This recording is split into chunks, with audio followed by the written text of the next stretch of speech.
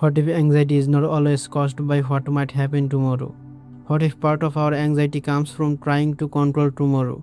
You replay conversations. You imagine everything that could go wrong. You keep asking, what if? And eventually, your mind becomes exhausted trying to control an outcome that was never in your hands. This is where Tawakkul changes everything. Tawakkul means relying upon Allah, but it does not mean sitting back and doing nothing.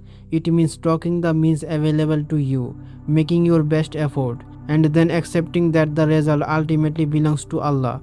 Allah says in Surah At-Talaq, and whoever relies upon Allah, then He is sufficient for him. Notice something important. Allah does not promise that the person who relies upon Him will never face difficulty. He promises something deeper. Allah will be sufficient for them. Tawakkul does not necessarily remove uncertainty. It changes how you stand inside uncertainty. The Prophet Muhammad, peace be upon him, demonstrated this during the Hijrah. When he and Abu Bakr radiallahu anhu were being pursued, they took precaution and carefully planned their journey. Yet when Abu Bakr became concerned about their danger, the Prophet peace be upon him said, "Do not grieve, indeed Allah is with us." This is Tawakkul. He did not ignore the danger. He took the necessary means, but he did not allow fear to convince him that the outcome was outside Allah's control.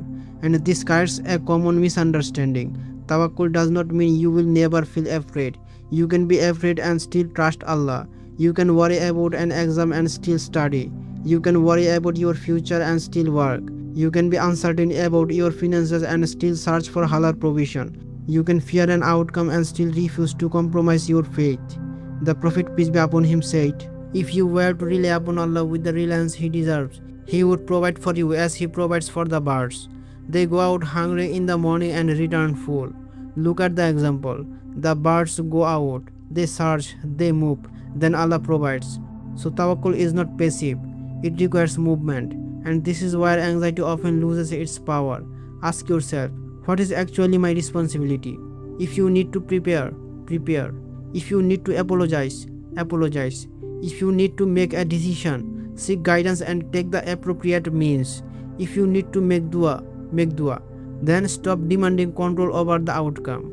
You are responsible for your effort. You are not responsible for controlling the decree of Allah. And that distinction can completely change how you face uncertainty. Anxiety keeps asking, what if something goes wrong?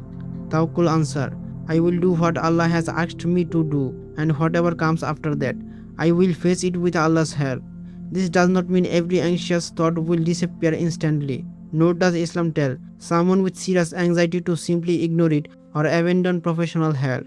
Seeking treatment and advice can itself be part of taking the means. Tawakkul is not a replacement for action. It is what gives action its proper place.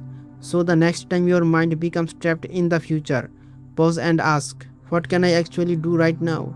Do that. Make dua. Take the necessary means. Then leave the outcome to Allah.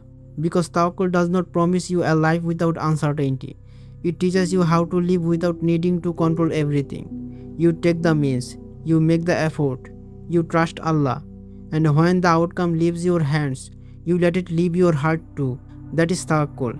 And perhaps that is one of the deepest answers to anxiety Islam gives us.